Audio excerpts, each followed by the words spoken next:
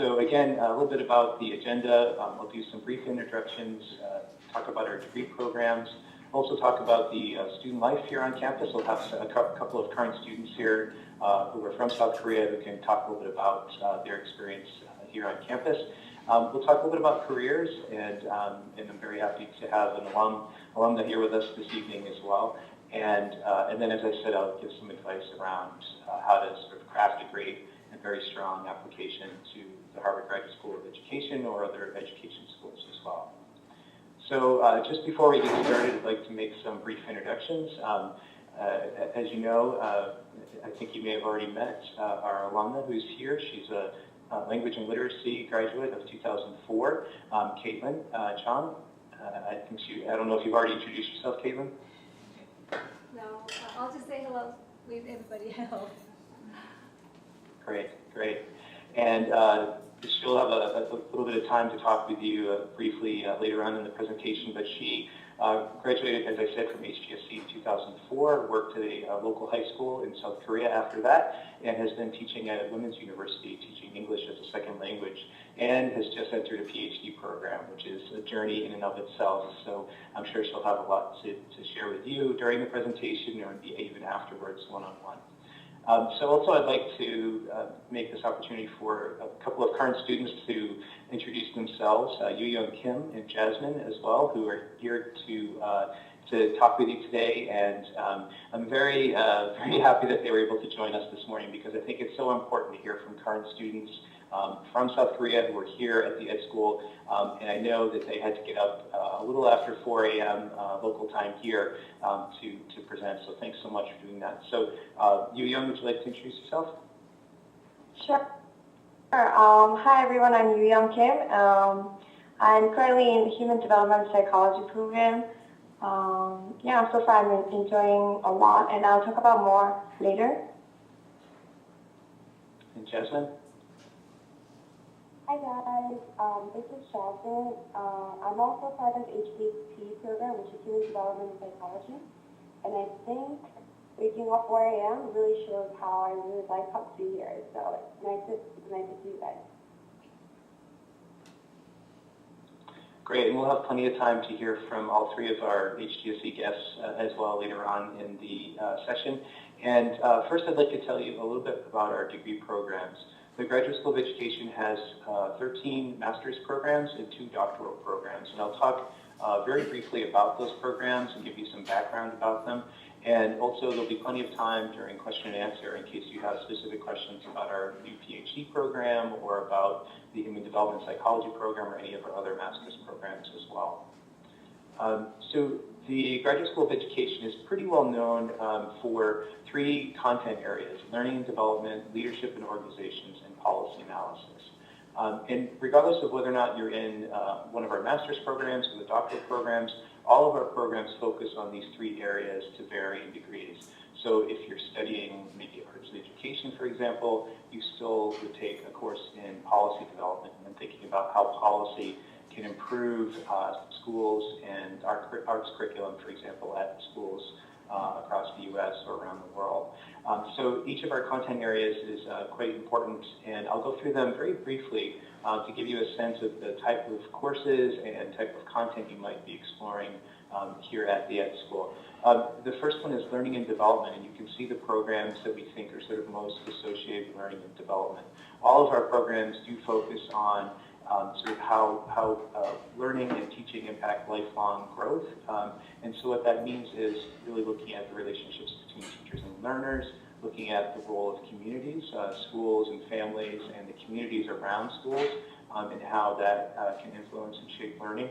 And also the role of language and literacy development. So looking at all these different ways that risk reduction can be used to improve student learning outcomes, sort of looking at risk factors that a student might have in their lives, and thinking about how schools and teachers and communities can support students. So learning and development is really a combination of many of our programs in looking at adolescent, teenager, and adult development, looking at psychology, looking at the intersections of neuroscience and biology, and how programs like the Mind-Brain Education program can really be pushing the forefront of what educators know about how students learn. So I can talk about any of these programs in more detail later, but I wanted to give you sort of an introduction to this sort of cohort of programs. We also have a number of programs that focus directly on leadership. And as I said, we have 15 degree programs. All of our programs have courses and content focused on leadership because obviously schools and universities are such complex organizations that leadership is a critical factor in improving those organizations. So thinking about how leaders can influence others, how they can shape agenda and build collaborative atmospheres where school reforms can take place. So a lot of our programs, education policy management, the higher education program, learning and teaching school leadership, and both of our doctoral programs have a lot of content devoted to thinking about education reform and education leadership. And I can talk about that in more specifics if you have particular questions as well. And of course, all of our programs focus on policy analysis. So you might think if you're studying in our technology, innovation, and education program that you might not have policy courses, or that might not be a big part, or at least even a small part of what you're studying, but it is, because whether you're looking at technology, or you're looking at psychology, or looking at arts and education, for example, there are many policies that local governments and state and federal governments are looking at to see how those areas can be implemented. So how can teacher training include more advanced levels of technology use in the classroom, and how can policy be used to shape and support that financially and also structurally. So policy analysis is an important part of understanding how research can really be used to help practitioners be more effective, and how practitioners can help influence that research that then informs the policy. So really looking at it as a cycle of learning between practitioners, researchers, and policymakers. So the first program I'd like to introduce to you is the new joint degree program between the Graduate School of Arts and Sciences and the Harvard Ed School as well. So it's between two schools here at the university. The Ph.D. in education is a research-based doctorate.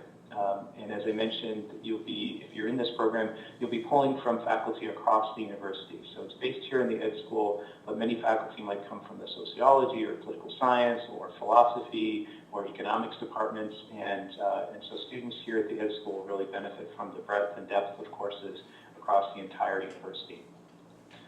We have three concentrations within the PhD. There's culture, institutions, and society, education policy and program evaluation, and human development, learning, and teaching. And you can see, again, a lot of those three areas of strengths that I mentioned earlier that the Ed School has.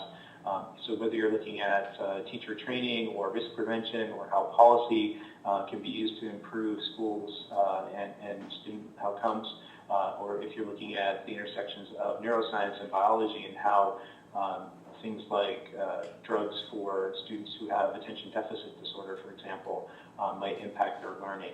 And so thinking about all these different issues from very research-based focus. Students in this PhD program typically take between 4 or 5 quantitative or qualitative empirical research courses. Each of these concentrations has some core requirements as well. And then most students in the PhD program typically have somewhere around 9 or 10 elective courses that they take in addition to those required courses. So you really have the ability to gain a lot of depth in your research skills. If you already have quantitative or qualitative background, you'll be able to improve that further, and then you'll also be able to explore the areas that are most important to you through electives here at the Ed School, at the Graduate School of Arts and Sciences, and around the university. So it is a pretty dynamic program that lasts anywhere between 5 and 6 years is usually the average as well. The program is fully funded, so that's for both U.S. and international students who enter the program, and I'll talk a little bit about that funding model a little bit later. We also have a program called the Doctor of Education Leadership. It's a practice-based degree, and it's really focused on the U.S. K-12 system.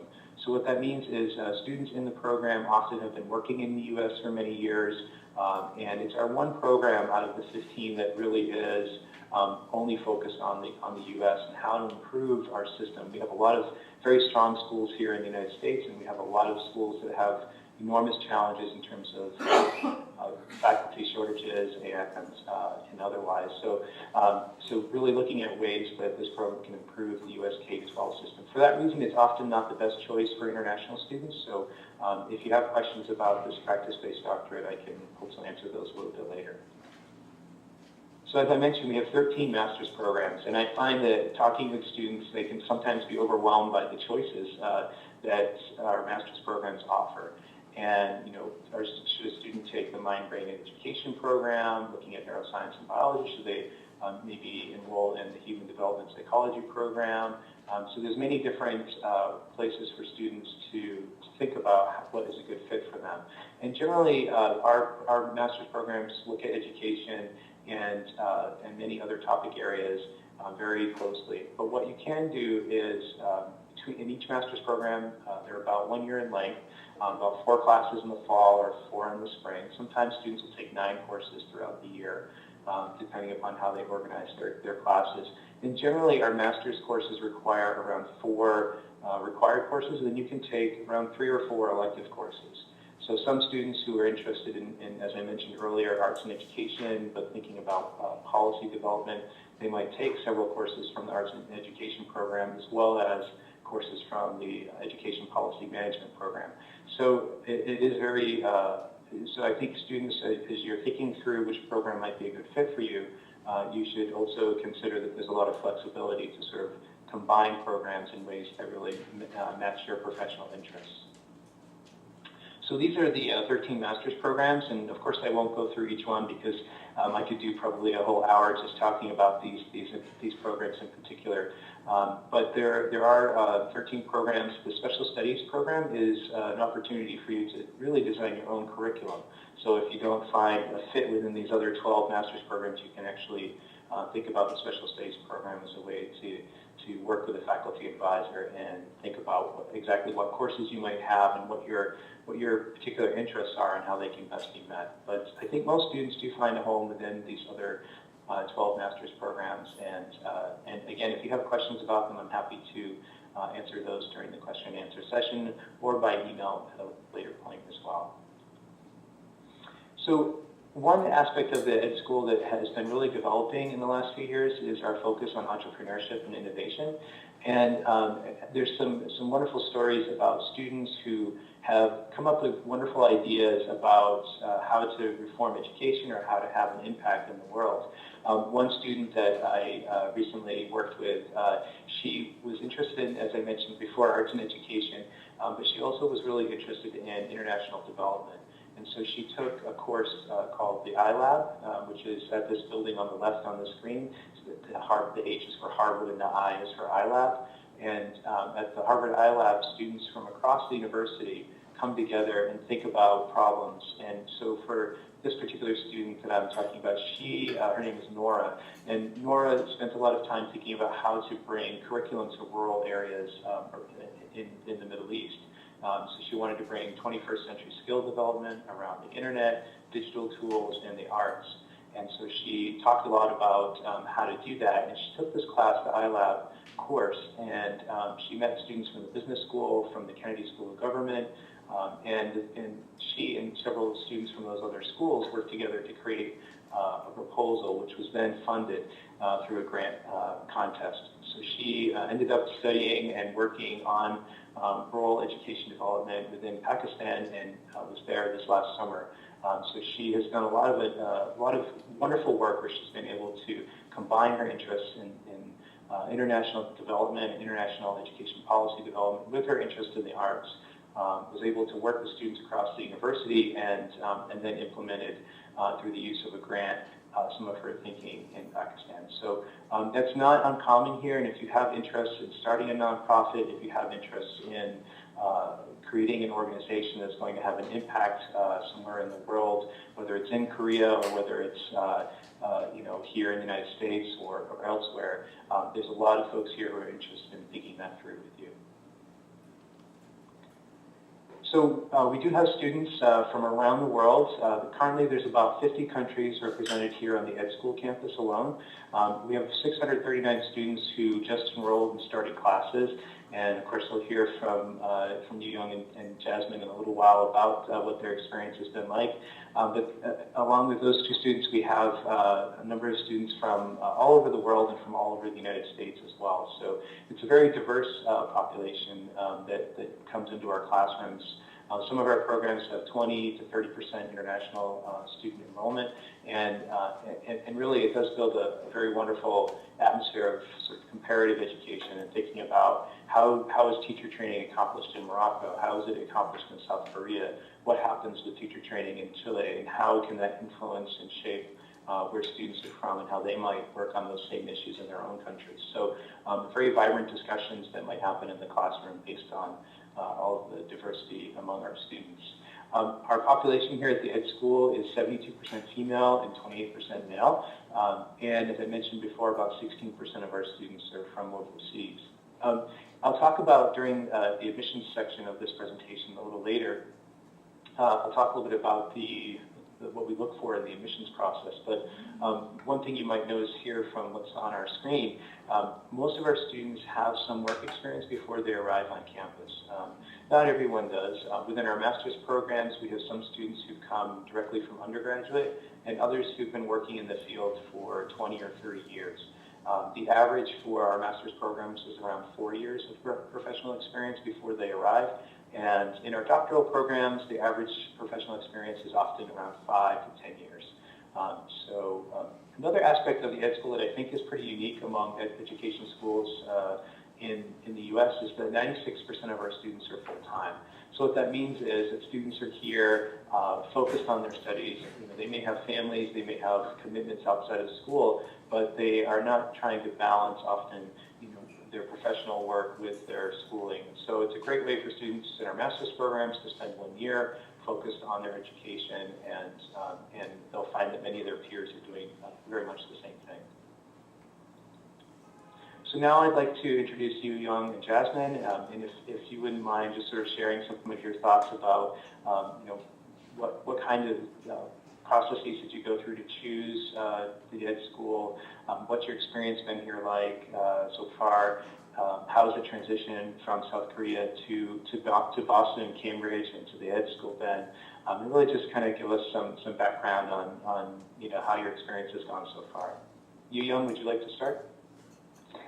Yes, I can go. So hi again.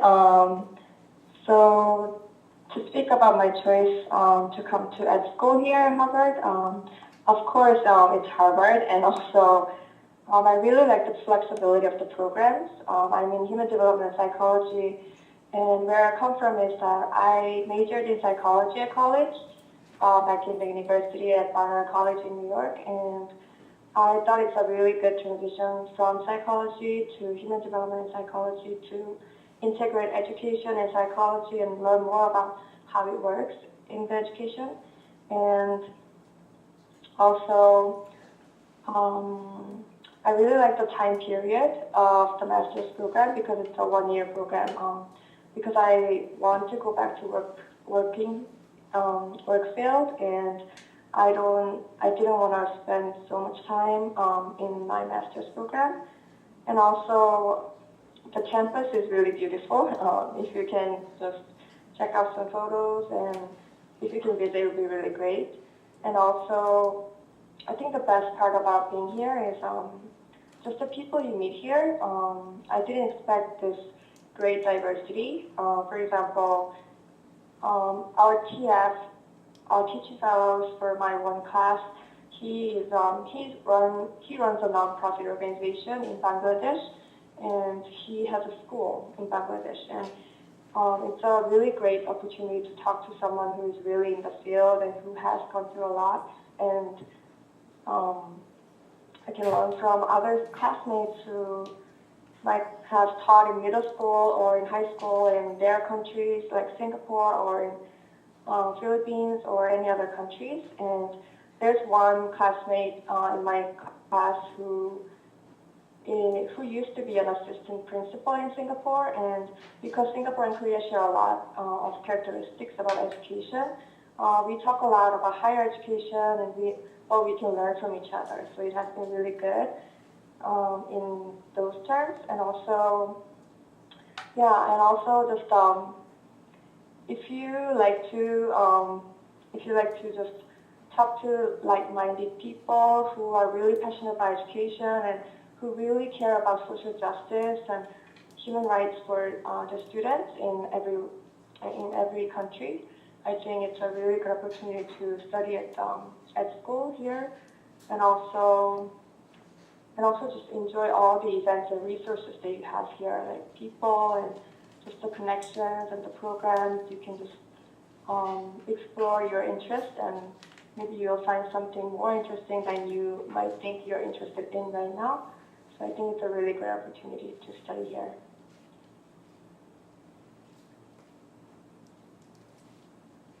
Great, thank you, Jasmine, would you like to share some thoughts as well? Sure. Hello again. My name is Jasmine, and just to give you a brief background how I came to Harvard is that I grew up in Korea until I was 14, and then I moved to Bangkok, Thailand, so I went to international school there. And then I went to Duke as my undergrad, and I just graduated this May.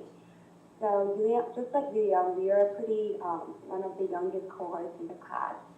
And I think the main question about why did I came to HGSE was that besides the name value, like Harvard in capital letters, but comparing to other education schools, I think Harvard is exceptionally great in the sense that it provides a great environment rich with a building with a lot of resources. And by resources here, I do not mean just like great professors or academic experiences, but also, in addition to that, I think there are other resources like so many extracurricular opportunities. So one great attitude that I was really pleasantly surprised about my experience in Harvard so far is that I think there's a great spirit across the campus, not just within HGSE, but in Kennedy School, in business school like iLab, or even within undergrad. The sense of spirit that you can do it as long as you have passion and if you know what you want to do it. And I think that's a great encouragement as a young student who wants to explore the education area and then make changes. And this sense of spirit and being so connected to the community in general was very important for me, because I came to an education school to explore what are the topics that I can study more in the realm of education. And unlike other students who usually take a year off from their job or they're in the middle of their career, I think this rich environment has really made me to rethink about like what I want to do and how I want to navigate my career after HGSE. And also, my life in Cambridge, it has been only 3 weeks. It's getting really cold a little bit for me, but I think the weather is wonderful. It's really pretty, but also there's so many opportunities that you can talk to students not within HGSE, but in Kennedy School, in iLab. I'm actually taking classes in Kennedy School and iLab, which Tom just showed you guys on the slides, and also the students who are at MIT. So I think it's just really great opportunity to grow, and I think that's the best part of it. So yeah, if you have any questions, please let me know. Well, thank you for sharing that. I wonder if a big part of our community is the cohort, and so each of our programs, each of our 15 programs has a cohort that ranges somewhere between 25 students and maybe as many as 60 students. And so I wonder if one or both of you could talk a little bit about what it's like to be in the human development psychology cohort.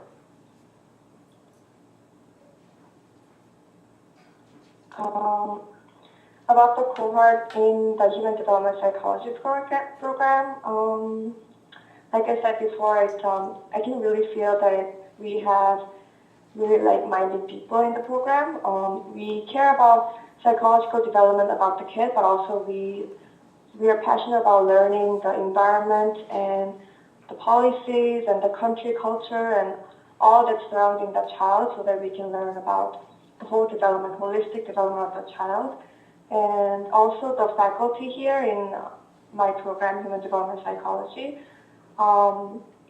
There's a program coordinator, Mary, who sends us a lot of events and resources that we can connect to, even outside the Human Development Psychology program. So if you're interested in something other than Human Development and Psychology in the education program, then you can just reach out and learn more through the events that are usually 2 or 3 every week. And also, what else? Boogan, you can talk more. Yeah, also there is actually a special program within HDP this year called, I think, Child Advocacy Strand. So this is actually a program directed by my advisor, Betsy Gross, and they focus on a lot of our child advocacy and also childhood trauma, how to counsel them. And I'm actually not part of that program, but I'm taking one of the classes, and I think it's a great opportunity to learn about advocacy or even how to counsel, how to do the counseling with the kids. And I think it's a bigger cohort compared to other programs like TIU, which is like a technology and education. But I think being part of community has been a great experience for me, just as Young shared before. Well, great. Thank you so much for talking about the cohort, and we'll have plenty of time for questions and answers as well. I just wanted to go through a few more pieces of information. You know, as Jasmine and Yu Young have mentioned, there are many opportunities and events that you can be a part of. This is some posters of events that have happened recently here on campus, and there are educators coming from around the U.S. and around the world to talk about some of the hottest topics like online education or MOOCs, the massive online courses that are often part of students' experiences now. And so there's a lot of exciting talks. There's actually one this evening, which I don't think I'll make because I'll probably go home a little early today. But there's some wonderful talks that happen right here in the Longfellow building almost 2 or 3 times a week, in addition to those that are often associated with the programs that Yu Young just mentioned as well. Just to give you a sense, you know, the Ed School is one part of the university. There are something like 75 libraries here on the Harvard campus.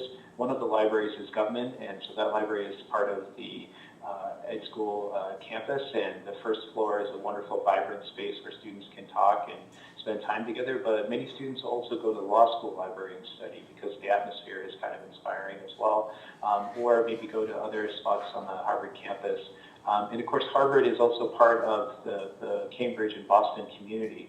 And there's more than 100,000 college students just in the Boston area. There's something like 50 or 60, depending upon how you count them, maybe as many as 75 universities just within 20 to 30 miles of where we're sitting right now. So this is really an education center for the United States, and with students coming from around the world, it really is an education center for the world as well. So this is just a photo of Cambridge, or actually of Boston, from the harbor. It's a beautiful city with many wonderful neighborhoods. And I know Jasmine and you Young have just been here about 3 weeks, but there's many, many opportunities to go to the different ethnic neighborhoods and areas of Boston and really enjoy and explore it as well. So I thought maybe I would see if Caitlin Chung would like to speak for a minute or two and just sort of share a little bit about her experience of being here at the Ed School and maybe transitioning back to South Korea, and anything you'd like to share. I'd be interested in hearing from you. Thank you.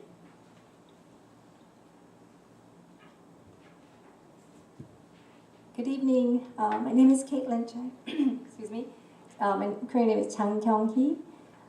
It's a pleasure to be here to share with you my experience, about my experience at Harvard GSE. I am currently teaching at Sungmyeong Women's University, and I'm right now working towards my doctoral degree there. I graduated, as you can see, in 2004, so I entered the Ed School exactly 10 years ago. Actually, this fall. It was fall of 2004. It was really an amazing experience, and at that time I had a master's degree in TESOL, and I was working towards a language literacy concentration at that school. The reason I applied there, the reason I studied there was so that I could learn how English is taught as a native language instead of English as a second language. And I was taught by the best professors in the field, And the best part about it was that the courses, because there are a lot of professionals, experienced teachers there, the courses is very rich, not in terms of theories, but also in practical aspects. And we did a lot of case studies after each lecture. And those experiences really helped me while I was teaching after coming back to Korea. Right now, for the past 7 years, I've been teaching, I've been training trainees to teach English at various levels from kindergarten to high school. Anyway, getting back to my HGSE experience, after my studies, I was very fortunate to get this job through the career services at Harvard GSE, and they have a very big compilation of job listings, and so I didn't expect to find a job listing from Seoul at the office, but apparently they had several job listings from overseas, and I found a job at the Daewon Foreign High School in Korea, and after a phone interview, they hired me. So immediately after my graduation, I came to Seoul, and then I started working there. After a while, I decided to work for university, and that's when I joined the Sungmyeong Women's University, and I've been teaching since then. And one thing I wanted to just stress is that I still use some of the resources I had gathered from my master's program, because we've had so many practical resources that were compiled through my courses, and so those big binders I have still on my shelf. They are a really valuable resource, and I'm really grateful to the Ed School at Harvard. That's all I have for tonight, and I think we'll have a Q&A session later. Thank you.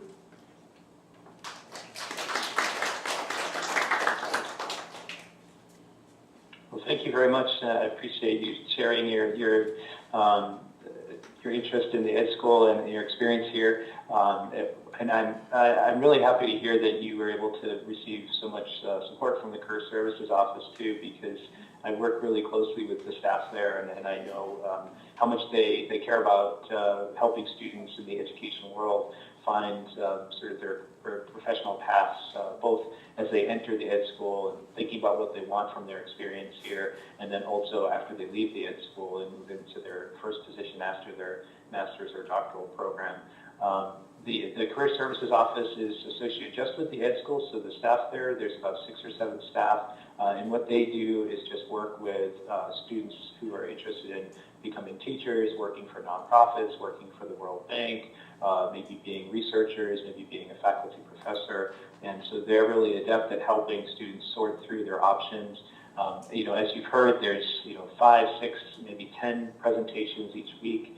And how do you choose which ones to go to? How do you choose which classes to take? And so the Career Services Office really does want to help students think through how to make the most of their 1 year or 6 years here at the Ed School.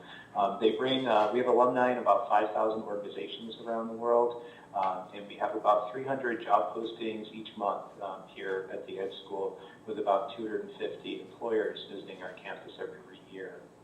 So I'd like to just quickly transition into some advice for applicants around applying for financial aid and also applying for admission. So as I mentioned earlier, the research-based doctorate, the Ph.D., is a fully funded program, and we like to say that it's both need-blind and passport-blind.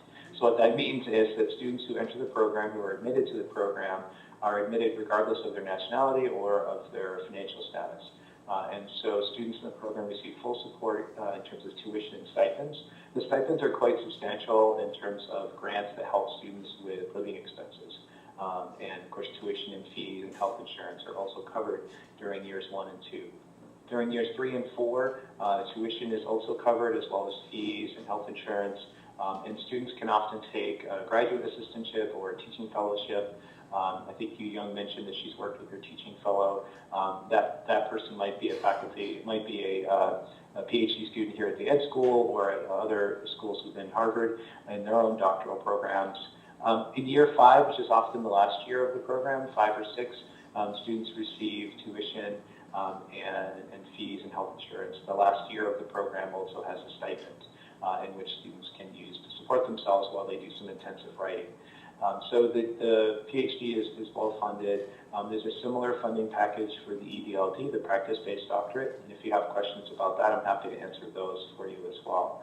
Our master's programs have a combination of need and merit-based scholarships, and those are both open to international students as well. So as a student from South Korea, you could qualify for a need-based grant and or a merit-based award.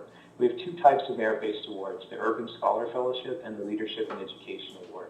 And to qualify or to be considered for those 2 merit-based programs, there are short answer essays on the application for admission for urban scholarships and for leadership in education, in which you talk about both of your professional background, your interest in being a school leader or working in urban environments.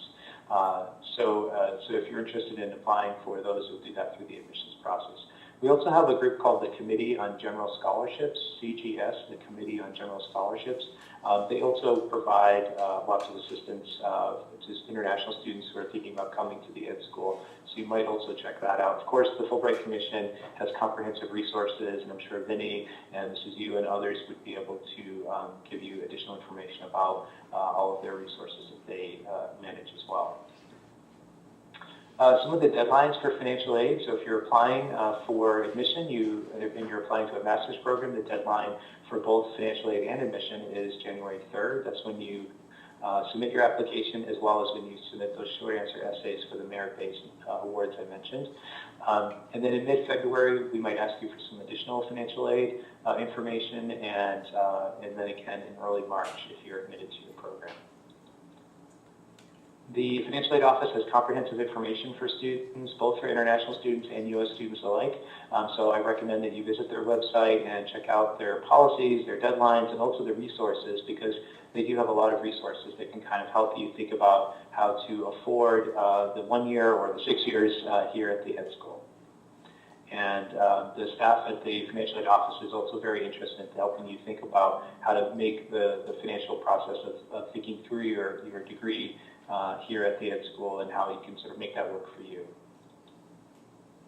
So the admissions deadlines, as I mentioned, for the master's program are January 3rd, 2014, and for our research-based PhD program, it's Friday, December 2nd, which is coming up very quickly, I know, and the practice-based doctorate program is Friday, December 13th. So for our online admissions application, so if you're applying to the Ed School for our master's program or for our EDLD program, you would apply online, submit all of your materials to us electronically. Those would happen through your statement of purpose, your standardized tests, your letters of recommendation. All of that can be sent to us online. So it does save some time and some cost in terms of sending transcripts separately and that sort of thing. None of that needs to happen. It can all happen online.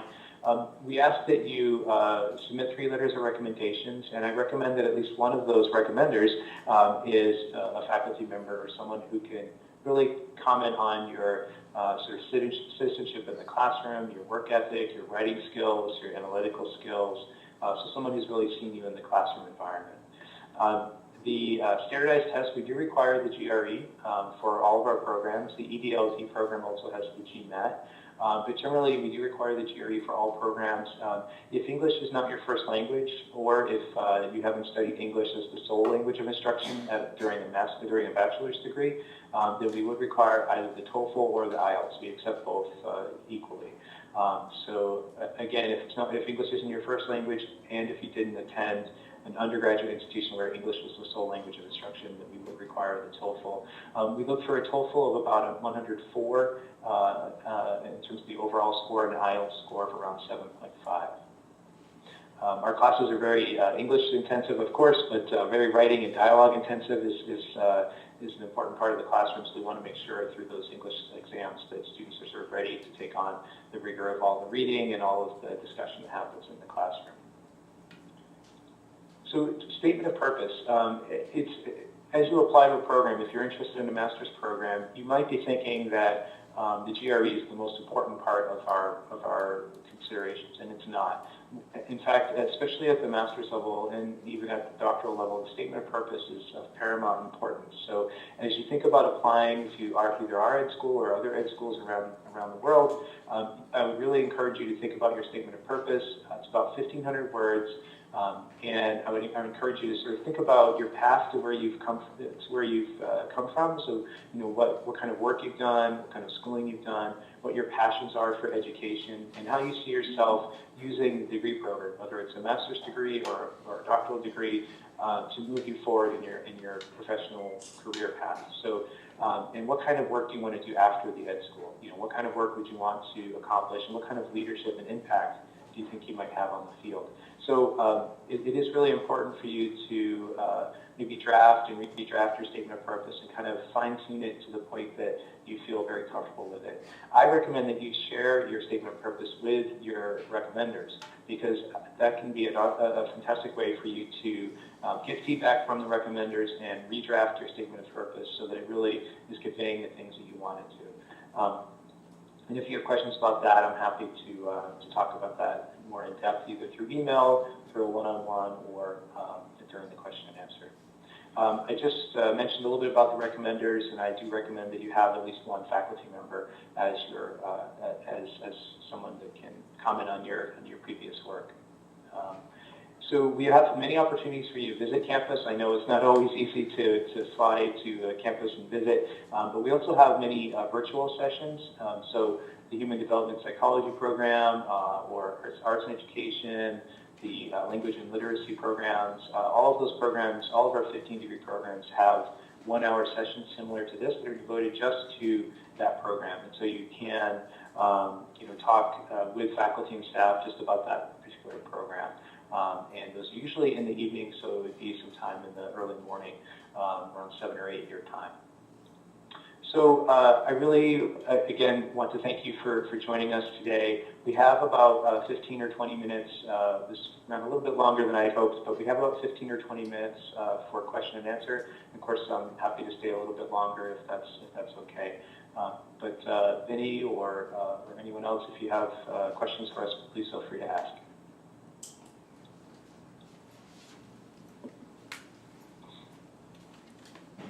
If you have any questions, he may not be able to hear you, but if you raise your hand and ask your question, I will re-ask it here on the microphone, please. Hi, I was wondering, from master's degree program, what programs are more research-based and what programs are more project-based? Okay, the question is for master's programs, which programs are more research-based and which are more project-based? Yeah, that's a good question. I think, so our master's programs are 1-year intensive programs, and so most of our students are looking at research that's already been conducted and thinking about, what's the most cutting edge among that research and how can it be applied to either that student's particular work or more generally to the education field. And so really becoming a good consumer of research. Some programs like our mind-brain education program, human development psychology as well, those are programs that have research centers that are often associated with them, and so there's often opportunities for students to engage in that. Most of our programs at the master's level require at least one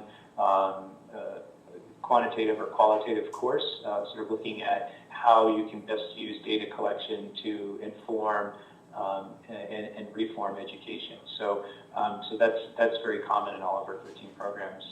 You Young or Jasmine, have you encountered, are you taking any research courses now and or been invited or heard about opportunities for research in HDP?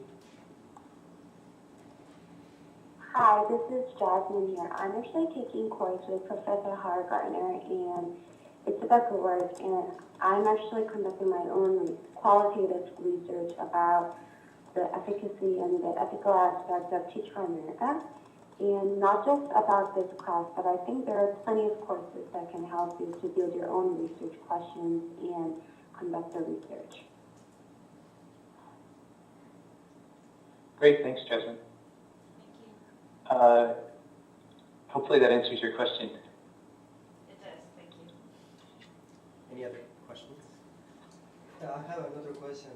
So earlier he mentioned that the working experience, right?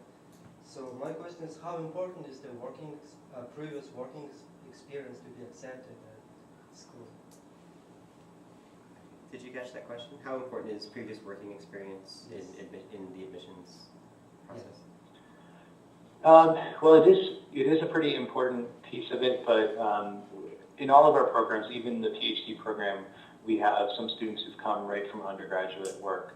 But in general, in our master's programs, students usually have 3 or 4 years of professional experience.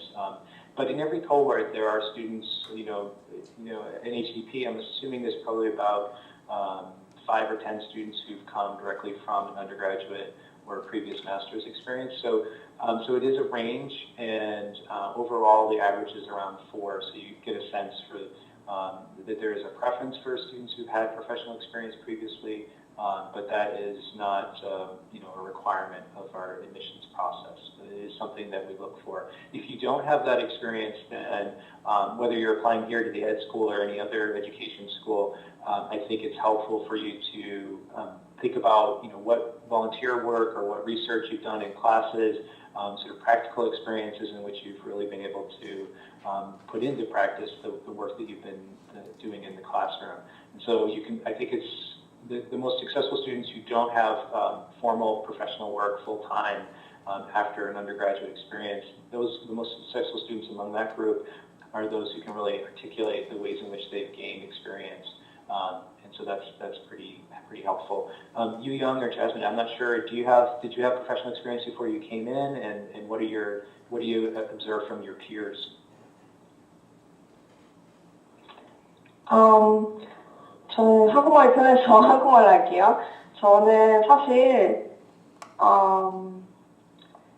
저는 여기 오기 전에 프로페셔널 워크 익스피리언스는 하나도 없었고요. 바로 이제 언더그레드 졸업하고 한 1년 정도 쉬다가, 근데 그 쉬는 동안 제가 에세이를 쓰면서 이제 하버드 지원을 했는데, 그 지원하는 동안 지역아동센터에서 일하고, 그러니까 봉사하고, 그리고 청소년 센터에서 같이 청소년들이랑 계속 활동하면서 더 많은 관심을 갖게 돼서 이제 그 부분이 제가 에세이를 쓸 때 굉장히 많은 도움이 됐거든요. 그리고 만약에 정말 에듀케이션에 정말 열정이 있고 관심이 있고 거기서 뭔가 이렇게 하고 싶으시면 분명히 그 이유가 있잖아요. 그 배경이. 그래서 그 배경을 정말 자세하게 쓰시고 거기서 어떤 걸 배웠는지, 그리고 거기에 대해 내가 어떤 걸 하고 싶은지 자세히 쓰시고, 그렇게 하면은 막 프로페셔널 워크 익스피리언스 없어도 충분히 에세이에 잘 표현하시면 괜찮을 것 같아요.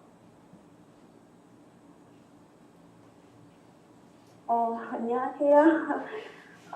저도 유영이 같이 프로페셔널 익스피리언스는 없었고요. 근데 저 같은 경우도 되게 늦게 교육에 대해서 관심을 가지게 됐어요. 저는 학부 때 퍼블릭하우스라고 우리나라에서 행정학과 같이 이렇게 정책을 공부하던 학생이었는데 1학기 때 사실 교육에 대해서 관심을 가지게 돼서 그때부터 교육에 관해서 막 미친 들었던 기억이 나요. 근데 확실히 프로페셔널 익스피리언스가 있으면 여기서 있는 시간이 1년밖에 없기 때문에 내가 여기서 어떤 수업을 듣고 어떤 고를 가지고 어떻게 1년을 플랜해 갈지 이렇게 계획을 짜는 건 확실히 더 쉬운 것 같아요. 왜냐면 제 주위의 친구들을 보면 대부분 다 이제 막 아까 얘기가 맞은 교감 선생님을 하시다 온 선생님도 있고, 또 막 자기가 NGO를 몇 년 동안 설립해서 월크하다 오신 분들도 있는데, 그런 분들은 대부분 되게 이렇게 스페시픽 거인 마인드가 있거든요. 그래서 여기에 보면 특히 수업 중에서 이렇게 테크놀로지나 요즘에 유행하는 소셜 엔터프레너십, 그 사회적 기업 같은 거에 관한 수업이 많아요. 근데 그런 것 같은 경우는 프로젝트 아이디어를 이렇게 워크 익스피리언스가 많으신 분들은 이렇게 되게 딱 많이, 그러니까 어떤 것에 대해서 프로젝트를 하고 싶다 이렇게 아이디어가 많으시더라고요. 예를 들어서 뭐 나는 수학생인데 수학을 뭐 인터넷으로 더 이펙티브하게 가르치고 싶다 이런 식으로. 근데 저 같은 경우는 그런 이렇게 퀘스천 핸드나 이렇게 내가 이 분야에 대해서 더 하겠다라는 아이디어가 많이 없으니까 조금 어려웠던 부분도 있었던 것 같긴 해요. 그렇지만 프로페셔널 백그라운드가 있거나 없거나의 그 여부가 뭐 어드미션이라든지 여기 익스피리언스를 뭐 더 낮게 혹은 덜 나쁘게 그렇게 영향을 끼친 것 같지는 않고요. 근데 정말 가장 중요한 건 지금 생각해보면 내가 왜 1년을 하버드에서 보내고 싶은지에 대해서 생각해보는 것 같아요. 감사합니다. What's the percentage of international students in the ED.LD program as of present? And the question is the percentage of international students in the ED.LD program at present? Yeah, that's a good question. Typically, it's very low. As I mentioned before, of the 15 degree programs, the ED.LD program is the one program that is really focused just on the U.S. And for that reason, there's very few international students who apply to the program. And currently, there are no international students in the ED.LD program. Again, that program is really focused on the K-12, very early education through high school here in the United States. And so for that reason, it's looking at a lot of practical reforms that might happen in Baltimore or Chicago or LA or here in Boston. And so it is very focused on the U.S. The Ph.D. program is, a mix of U.S. and international students. There's usually 25 students in the Ph.D. cohort, the research doctorate, and that typically has between 2 and 4 international students in it each year.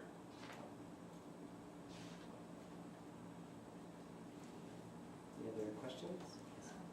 I'm planning to apply for a master's program in teaching education for math.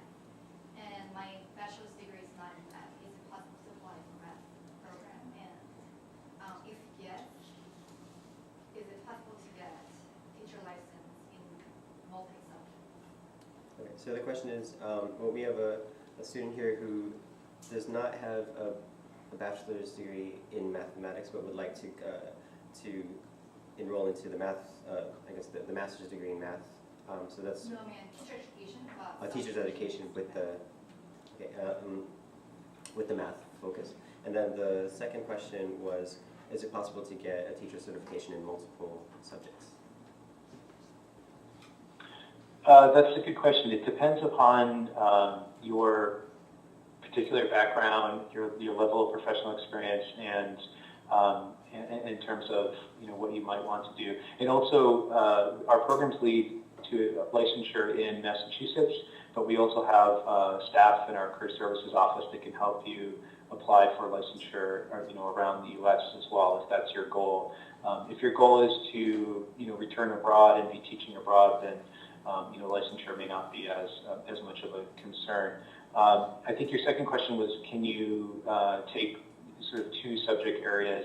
I believe the answer to that question is no, that you would need to focus in one in particular. You might be able to take some courses in history or in the sciences, for example, but really have your focus in math. But with our licensure programs, they are, I mentioned earlier, there are master's programs or 1-year programs, and that they that you typically have maybe 4 electives or so. In our teacher education program, when you're pursuing licensure, you would typically have maybe 1 elective course, and most of your courses would be focused on fulfilling the requirements for licensure. So that's very specific to obtaining licensure here in Massachusetts or around the country. But if you'd like to talk specifically about that, and maybe I could learn a little bit more of your background and even refer you to our licensure specialists in the career services office, you can send me an email, and I'll put my email up on the screen in a little while. Hi, I have 2 questions. The first one is I just figured out that your program has 1 year instead of 2 years. So what's the strongest characteristic that distinguishes your program in other 2-year programs? And the second one is that in the program of teacher education, do you also provide a program for international students who aim to teach English as a foreign language? Right, so there are 2 questions. The first is, given that the program is 1 year and not 2, what distinguishes the program from other programs that are 2 years? And the second question is there a program for international students teaching English as a foreign language? Great, thanks for the question.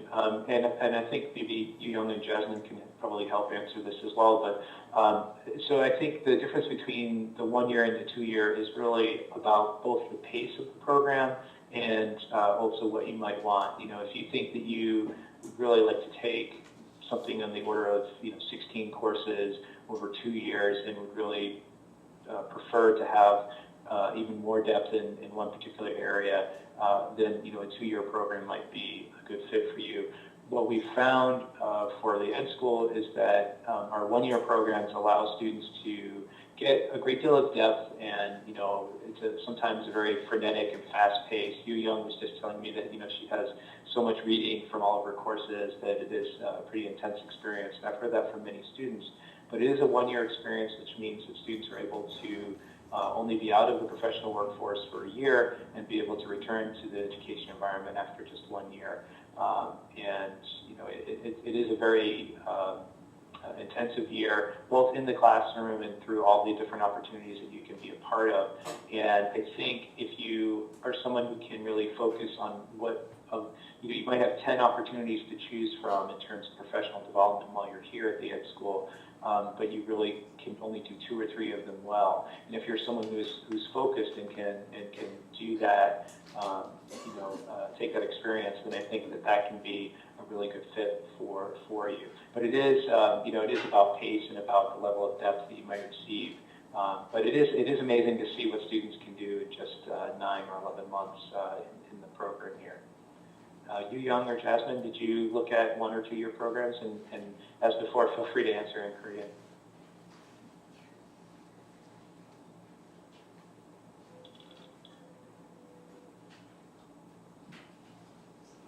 Yu Young or Jasmine? So I don't think I really understood the question. So the question was, why did I choose a 1-year program, or is it? Just what do we see as our differences between, if you were considering a 1 or 2 year, what kind of helped you gravitate towards a 1 year? 저는 유형이가 아까 말한 대로 그 1년 프로그램을 선택한 이유는 저는 여기 1년 공부를 하고 더 field experience가 work experience를 더 쌓고 싶었기 때문에 1년 프로그램 선택했고요. 근데 확실히 1년 프로그램은 더 인텐스한 것 같아요. 수업도 많이 들어야 되고, 리딩도 많고, 그렇지만 또 1년이기 때문에 되게 짧기 때문에 그만큼 더 이펙티브하게 사용할 수 있지 않나라고 생각하고 있습니다. And I think the second part of the question was around the TESOL certificate. And we have a language and literacy program here at the Ed School. And within that program, there's many faculty who specialize in second language learning, in bilingualism, and both in terms of the cognitive development of students as they learn a second language, but also sort of the nuts and bolts of the pedagogy of teaching a second or third language. So we don't offer a certificate in TESOL, but we do have a lot of faculty who sort of specialize in that and research it and work with our students on it, particularly through our language and literacy program. Catherine Snow and Pamela Mason are 2 faculty that you might want to look into.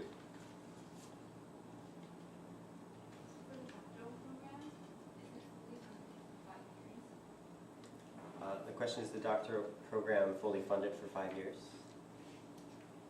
Yes, it is fully funded. The Ph.D. in education is fully funded for, let me just find the slide here for you.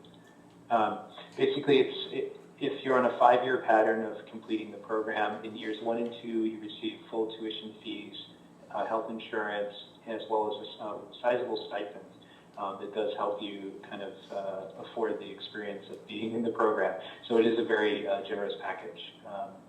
And years 3 and 4, you also receive tuition fees and health insurance, and then you might take on a teaching role or a research role to help with living expenses, and also to help kind of move your own research forward. So it's in year 5, or the last year of your program, there's also tuition assistance and stipends. So tuition assistance and fees are all 5 years, and then the stipend is in years 1, 2, and your final year. For the doctoral programs, do you have a specific requirements for the research experience? For the doctoral programs, are there any specific requirements for research experience?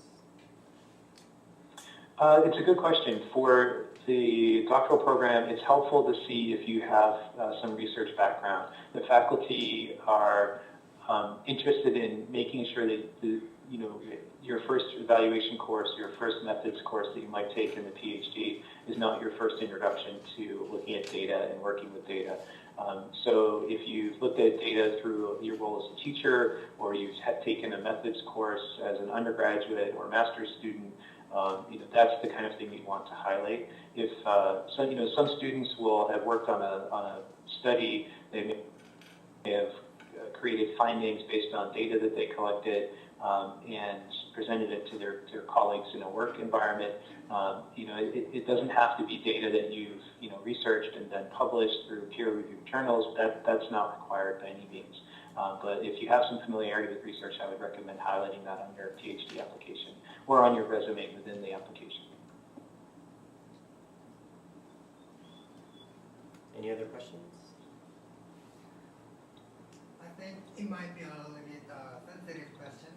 Can I ask the average GMAT score and TOEFL score who's succeed in to enter this school? Yeah, the question is about the average GMAT and TOEFL scores. GRE. And GRE for the for successful applicants. As GMAT is only for the education leadership. Right, that's right. I'm going to put a link on the screen in a second, and maybe you can follow it later. But it's basically the class profile for our incoming students. The GMAT is just for the EDLD program. The GRE varies a little bit from master's to our doctoral programs. Generally, within the verbal and quantitative among our doctoral applicants, students are on average usually in the upper 70s to low 90s in terms of their percentile. And the analytical writing score within the GRE for doctoral students is around a 5.0. Those are the averages though, so we have students scoring above and below it. And as long as you're within range of the average, either just above or just below those averages, the faculty will see those as strong scores and then really focus on your statement of purpose. So as I mentioned earlier, the statement of purpose is a central component of being admitted because you are not only required for PhD students to talk about which faculty you might want to work with in your statement of purpose, but also once the faculty look at your GREs and decide that they're strong or decide that they're sort of on average where they think they should be, as I just described, then really what they're going to do is shift their focus to your statement of purpose. So I sort of see the GRE and statement of purpose as real partners in helping you be admitted because the GRE is not a cutoff, but the statement of purpose is so important that without a strong statement of purpose, even the strongest GREs can't help you. So at the master's level, the percentiles are a little bit lower in the quantitative, somewhere in the 60s percentile, and the verbal is somewhere in the 80s percentile. Analytical writing is around a 4.5, so it really does vary quite a bit. But again, especially with master's applications, the GREs are much less weighted than the statement of purpose and recommendations and your resume as well. So I did, when you asked about the TOEFL as well, I don't know if we keep an average for the TOEFL, but we do require the 104 on the TOEFL because of really the discussion and writing intensiveness of classes. So that is a pretty high standard of a 104. Students who have below a 104 are typically not considered for admission. So, so if you're working on the TOEFL or the IELTS, you can submit either. It's important to sort of meet those standards or continue working on your application as you work towards meeting those English language standards. I did put a note on the screen that says thanks for joining us, and I don't mean to shorten question and answer, so if there are more questions, feel free to continue bringing those. I did want to point out my email address is on the screen, so feel free to write that down in case you have questions that we didn't get a chance to answer today, or if you generate more questions in the next few weeks. Are there any other questions? Just a quick one. How competitive is it to get it? How competitive is it to get in is the question. Yeah, it's very competitive programs among, particularly our PhD in Education Next. I think this year there'll be a lot of wonderful applicants for the program.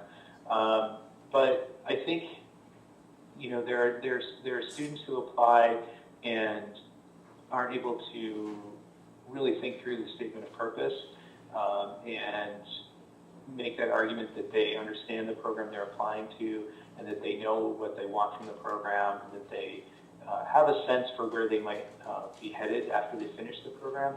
And it's really in the statement of purpose that you can set yourself apart. And I don't mean to sort of belabor that point, but I think in terms of competitiveness, it's really, we're trying to identify students who we think who really excel in the program. And among that pool, we try to choose a wonderful mix of students who can build a strong cohort. And so to make it into the past the bar of admissibility is a little bit vague, I suppose, but it is a really the way that we really decide, especially at the master's level, is looking at your resume, looking at your statement of purpose. Particularly if English is your second or third language, the GREs are considered, but they're not highly weighted in the master's decision process. So the best place for you to focus your energy and to really set yourself apart and build your chances of being admitted are through a well-crafted statement of purpose. And as you can see from the GRE scores, those are pretty competitive. The averages being in the 70s, 80s, 90s percentiles. So it is competitive to get into our programs. Any other questions? And I don't see any hands, Tom, so I don't think there are any more questions. But if there are any more questions, your email is up on the screen. And if you have any questions about general things, you can also contact us as well. Is there anything you'd like to close off with? Sure. I would just very much like to thank you and Mrs. Yu and the Fulbright Commission for letting us join you again this year. And thanks everyone for being in the audience. And especially I'd like to thank Caitlin Chong for joining us. And most of all, the two students who got up at 4:30 a.m. here in Cambridge, Mass. To join us for this presentation. I really thank Jasmine and Yu Young for being here with us today. So I look forward to hearing from you if you have additional questions. And thanks again for joining us this evening.